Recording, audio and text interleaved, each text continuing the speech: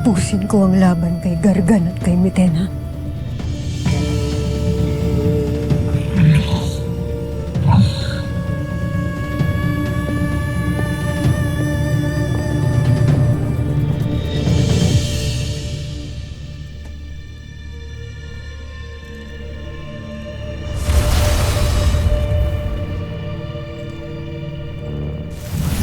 Clamara, Soldarius, Ada, napasok na ni Nagargan ang Sapiro. Kailangan na natin lisanin ang pook na ito.